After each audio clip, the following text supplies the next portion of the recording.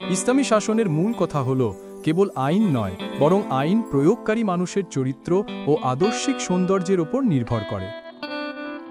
একজন সৎ ও চারিত্রিকভাবে দৃঢ় শাসক বা প্রশাসক প্রথমেই রাষ্ট্র পরিচালনার ক্ষেত্রে স্বচ্ছতা ও জবাবদিহিতার যে মানদণ্ড স্থাপন করেন তা প্রচলিত দুর্নীতিকে অসহনীয় করে তোলে। যখন রাষ্ট্রপ্রধান নিজেই বিলাসবহুল জীবনযাপন ত্যাগ করে সাধারণের মতো জীবন বেছে নেন, তখন মন্ত্রী, এমপি ও আমলারা অবৈধ উপার্জনের সাহস পাবেন না, যেভাবে প্রাথমিক যুগের খলিফারা করতেন। তাদের কাছে এই বার্তা দেওয়া হয়, রাষ্ট্রীয় সম্পদ ভোগ নয়, দেশের জনগণের আমানত। এই প্রক্রিয়া চালু হলে বাংলাদেশে প্রচলিত টেন্ডারবাজি, কমিশন বাণিজ্য এবং ক্ষমতার অপব্যবহার রাতারাতি বন্ধ হবে।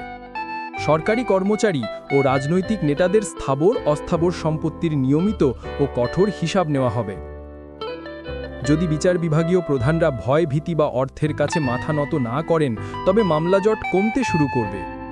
দুর্নীতির মামলাগুলোর বিচার হবে স্বল্পতম সময়ে ও কঠোরভাবে, যা অপরাধীদের মধ্যে প্রবল ভীতি সঞ্চার করবে। এটি চুরি, ডাকাতি ও চাঁদাবাজির মতো সামাজিক অপরাধ দ্রুত কমিয়ে আনবে।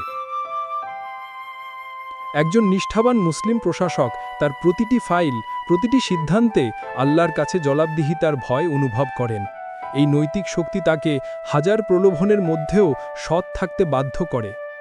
এই বিশ্বাসই সাধারণ প্রশাসকদের কাছে অন্যতম শক্তিশালী মোটিভেশন হিসেবে কাজ করবে। এর ফলস্বরূপ অর্থনৈতিক বিপ্লব গরিবের জন্য রাষ্ট্রের দুয়ার খুলে দেবে। সৎ নেতৃত্ব কেবল দুর্নীতি দমন করে না, তারা জনগণের সম্পদের সঠিক ব্যবহার নিশ্চিত করে দেশের অর্থনীতিকে গতিশীল করে।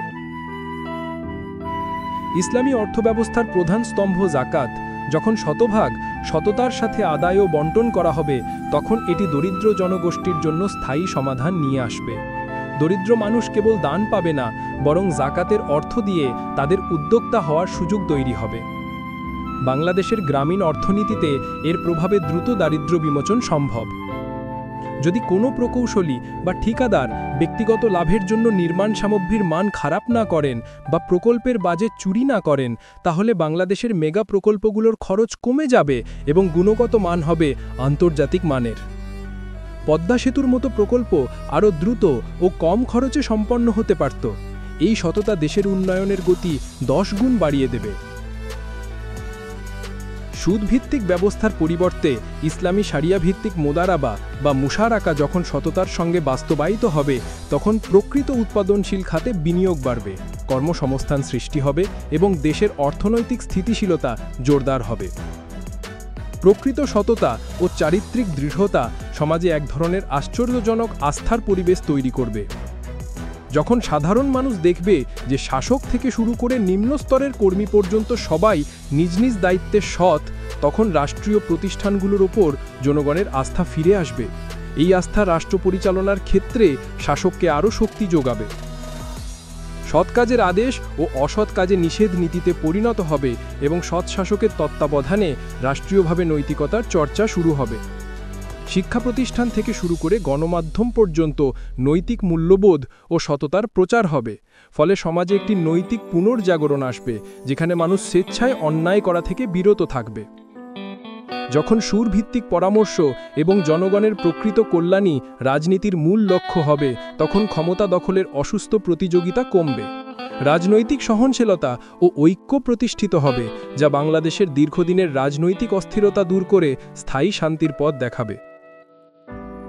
একটি নতুন বাংলাদেশ প্রকৃত সৎ ও নিষ্ঠাবান বাস্তবায়নকারী দ্বারা পরিচালিত হলে ইসলামী শাসন ব্যবস্থা বাংলাদেশের জন্য কেবল একটি রাজনৈতিক মডেল হবে না, এটি হবে চরিত্রের ভিত্তিতে গঠিত একটি জাতীয় বিপ্লব। এই বিপ্লব আমাদের হাজার বছরের ঐতিহ্য ও ধর্মের মূলনীতির সাথে মিশে গিয়ে এমন একটি সমাজ তৈরি করবে, যেখানে দুর্নীতি, দুঃশাসন এবং অন্যায় কেবল আইন দ্বারা নয়, বরং মানুষের অন্তরের নৈতিক দৃঢ়তা দ্বারা নিয়ন্ত্রিত হবে। এটাই সেই আশ্চর্যজনক পরিবর্তন যা বাংলাদেশকে দ্রুত উন্নতির শিখরে নিয়ে যাওয়ার মূল চাবিকাঠি। আমরা স্বপ্ন দেখি সেই বাংলাদেশের, যেখানে শাসক হবেন জনগণের সেবক, ভক্ষক নন। সম্পদ হবে আমানত, ভোগের বস্তু নয়। বিচার হবে দ্রুত, নির্ভুল, ভীতি ও অর্থের ঊর্ধ্বে। সময় এসেছে নীরবতা ভেঙে কার্যকর পদক্ষেপ নেওয়ার।